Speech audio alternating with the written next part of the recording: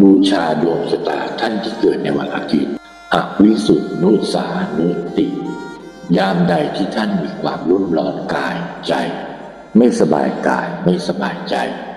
จงตั้งสติตั้งจิตอธิษฐานกล่าวพระคาถาบูชาดวงชะตา6 จบช่วยเสริมเมตตามหานิยมเสริมสิริมงคล